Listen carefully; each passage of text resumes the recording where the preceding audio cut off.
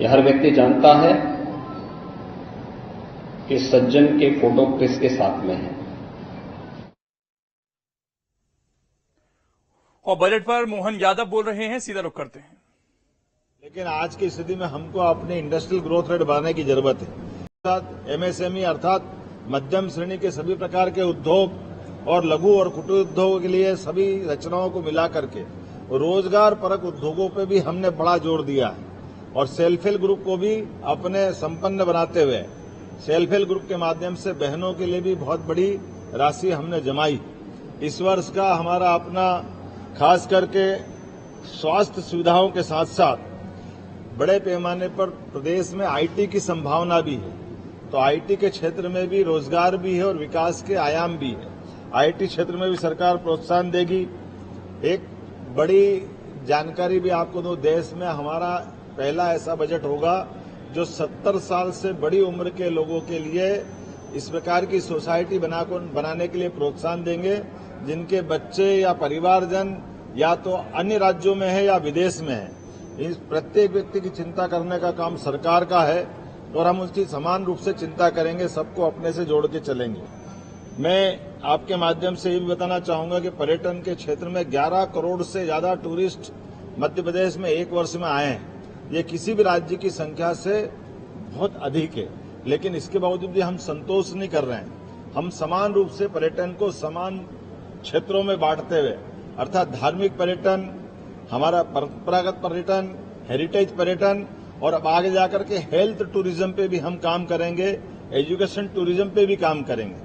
अर्थात प्रत्येक क्षेत्र में पर्यटन को बढ़ाना ये हमारा दायित्व है।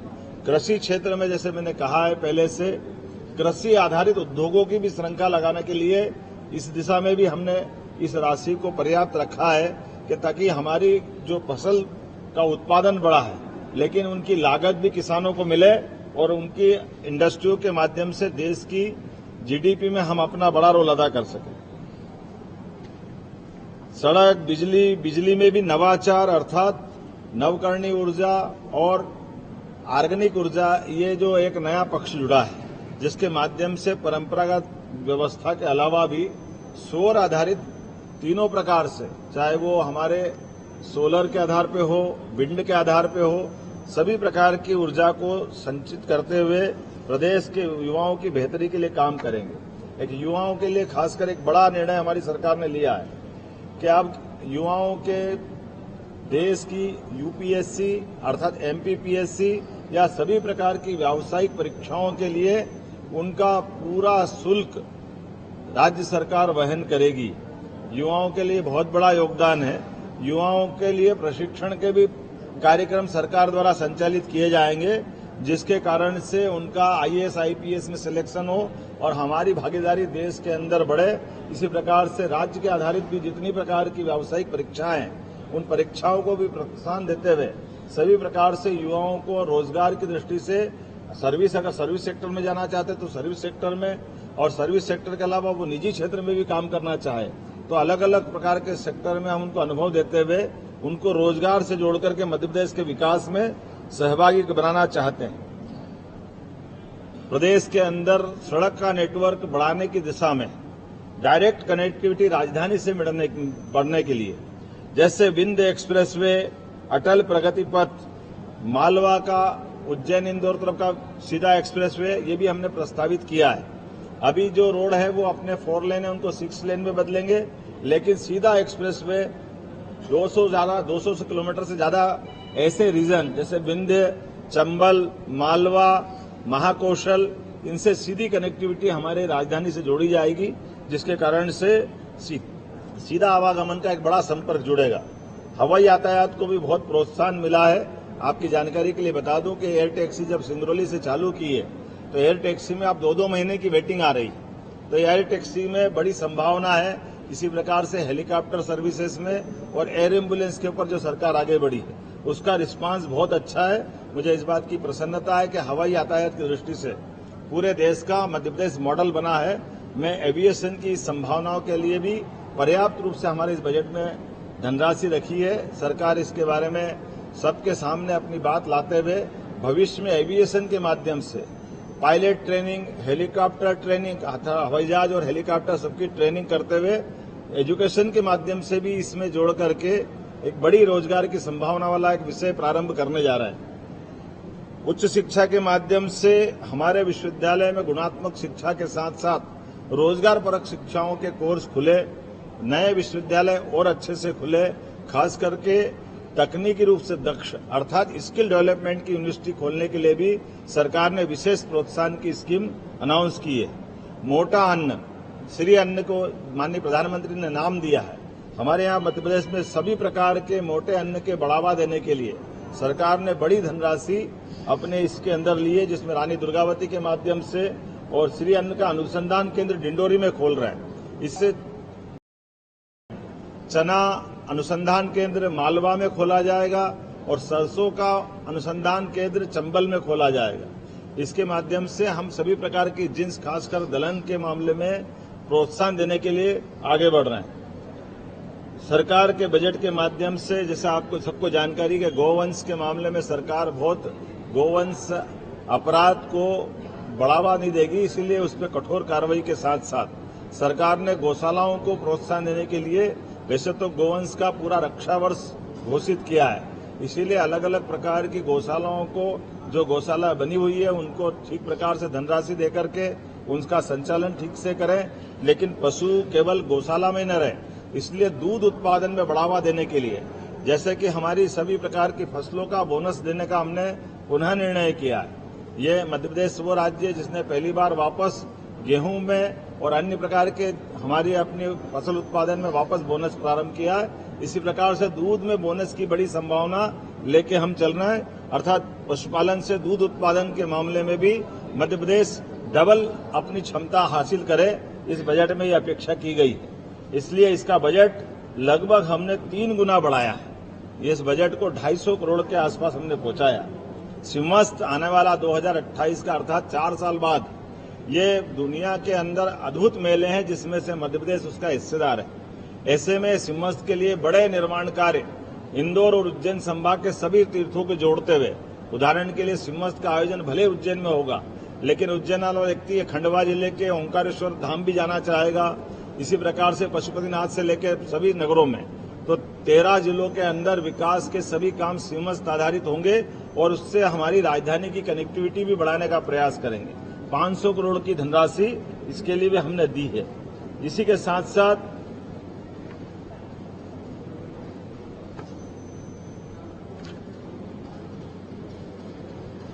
कुछ और बड़े काम भी हमने हाथ में लिए हैं, खासकर कृषि आधारित। आपकी सबकी जानकारी के लिए 2024 में हमारा जल संवर्धन अर्थात नर्मदा घाटी का जो MOU है 3 राज्यों के बीच, हमारा गुजरात का और महाराष्ट्र का, अगर इसको हम अपने पानी का पूरा क्षमता से अगर उसका उपयोग नहीं करेंगे तो ये पानी पे हमारा हक चला जाएगा। इसको दृष्टिगत रखते हुए बड़े पैमाने पे धनराशि हमने अपने सिंचाई विभाग को भी दी है और एक एक बूंद का उपयोग अपने पानी से किसान खेत में करे और पीने के पानी के रूप से करे। तो न केवल नर्मदा नदी का बल्कि PKC योजना की जैसे आपकी जानकारी है उसके लिए भी हमने पर्याप्त धनराशि रखी है। उसी प्रकार से केन बेतवा नदी जो बुंदेलखंड के हमारे सभी जिलों में बड़े पैमाने पर विकास का नया दरवाजा खोलेगी। कुल मिलाकर के सब क्षेत्रों को जोड़ते हुए एक खास बात और की है कि जैसे हमने कहा नवीन तकनीक को प्रोत्साहन देने का काम हमारी सरकार लगातार कर रही है। इसलिए ई-कैबिनेट, ई-विधानसभा और साथ ही साथ विधायकों के कार्यालयों को भी सुदृढ़ीकरण करते हुए नवीन तकनीक के आधार पर उनके विधायकों के कार्यालय भी उस लायक हो जाए। इसलिए 5 लाख की धनराशि प्रत्येक विधायक के लिए, कोई दलों की सीमा से नहीं, 230 विधानसभा के सदस्यों को ये हमने राशि दी है ताकि वो वीडियो कॉन्फ्रेंसिंग के माध्यम से नवीन तकनीक के आधार पर अपने अपने क्षेत्र से अपनी सभी प्रकार की सरकारी गतिविधि में वो भाग भी ले सकेंगे, सभी योजनाओं का लाभ अपने क्षेत्र वालों को दिला सकेंगे और हर हालत में हम अपनी डिजिटली उपस्थिति उनकी दर्ज करा लेंगे। ऐसे कई कामों को लेकर यह बजट आयोजित किया गया था। मुझे इस बात की प्रसन्नता है, इतने बड़े बजट को बड़े दिल खोल करके पूरे प्रदेश ने और देशवासियों की प्रतिक्रिया सकारात्मक आ रही है। बड़े पैमाने पर प्रदेशवासी भी अपने निवेश लायक बने, सक्षम बने और बाहर के लोग भी जो काम धंधा करना चाहते हैं, व्यापार व्यवसाय में अपना क्षेत्र में इसमें मदद करना चाहते हैं, उनके लिए भी हमारी अलग अलग प्रकार की समिट होने वाली है।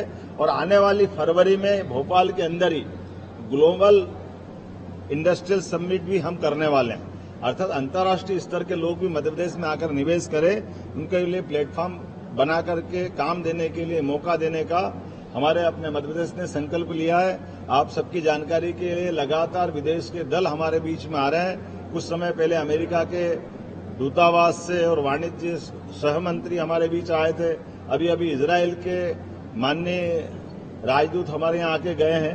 ऐसी बड़ी संभावना जो मध्य प्रदेश में है, क्योंकि हमारी सड़क की, रेल की, हवाई गतिविधियों के लिए बहुत अच्छा मध्य प्रदेश में अपना नेटवर्क बना है। आने वाले समय में इसमें हम और बढ़ते जाएंगे। मेरी अपनी ओर से अच्छे बजट की बधाई।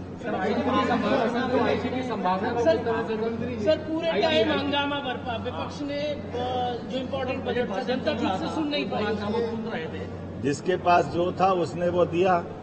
हम अच्छा जो दे सकते थे वो हम अच्छा दे रहे थे।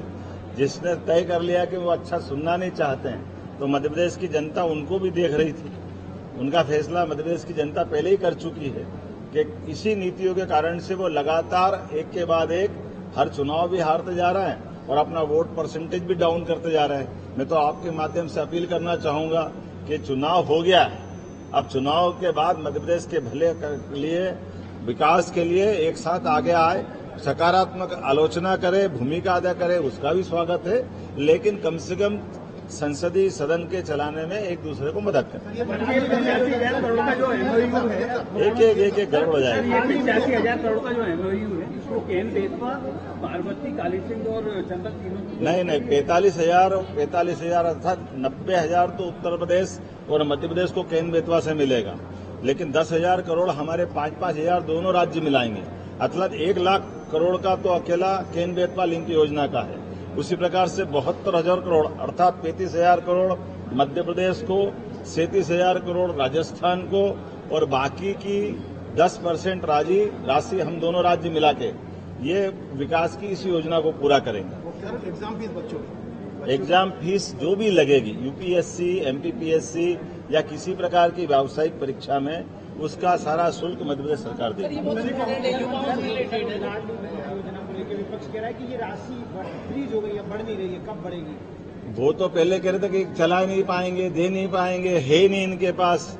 हमने अपनी 7 महीने की सरकार में हर बार राशि दी है और युवाओं के साथ साथ महिलाओं के लिए, और न केवल बहनों के लिए बल्कि किसानों के लिए और गरीबों के लिए भी सब कुछ इस बजट में आया है।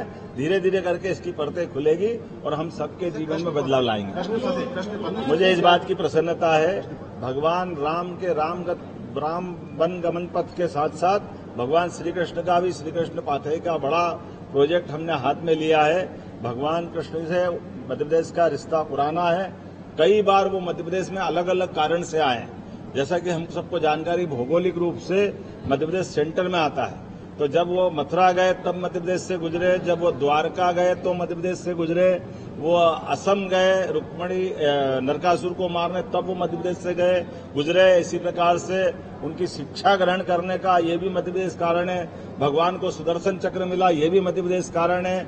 कई बार रुक्मी से रुक्मणी हरण के टाइम पे जो युद्ध हुआ था, ये इतिहास भी यहीं का है। ऐसे कई मौके भगवान कृष्ण के मध्य प्रदेश से जुड़ते हैं। थोड़े दिन पहले राजस्थान के मुख्यमंत्री जी ने भी इस बात पे सहमति जताई कि वो मध्य प्रदेश और राजस्थान भी इसमें आगे बढ़ेंगे। इसलिए हमने पर्याप्त धनराशि इस बात के लिए भी जोड़ी है कि हमारे धार्मिक महत्व के पर्यटन स्थल भी तीर्थ स्थल में बदले और यहाँ पर आकर धार्मिक गतिविधि जैसे बाबा महाकाल के महालोक को बढ़ाने का काम यशस्वी प्रधानमंत्री श्रीमान नरेंद्र मोदी जी ने किया है। इसी प्रकार से और बड़ी जो संभावना रहेगी उस पर भी हम काम कर रहे हैं। बजट में अनुसूचित जाति के लिए 27,000 करोड़ रुपए, अनुसूचित जनजाति के लिए 40,000 करोड़ रुपए करीब प्रावधान किया गया। पिछड़ा वर्ग और अल्पसंख्यक कल्याण जो बराबरी के अनुपात में जनसंख्या के आधार पर आते हैं, उन्हें मात्र 1,704 करोड़ रुपए किया गया। इसको लेकर के आपका क्या? मैंने कहा कि ये जो आप आंकड़ा देख रहे हैं, राज्य की वित्तीय व्यवस्था में पुराने आंकड़े से सब में बड़ा है जो व्यवस्था हम जोड़ रहे हैं, लेकिन जो रोजगार के बड़े पैमाने पर संसाधन जो जोड़ रहे हैं, जैसे पशुपालन से जुड़े व्यवसायी सारे लोगों के लिए, ये पहली बार हमारी सरकार ये गुंजाइश लेके चल रही है। हर वर्ग के विकास की और बेहतरी के लिए हम काम कर रहे हैं।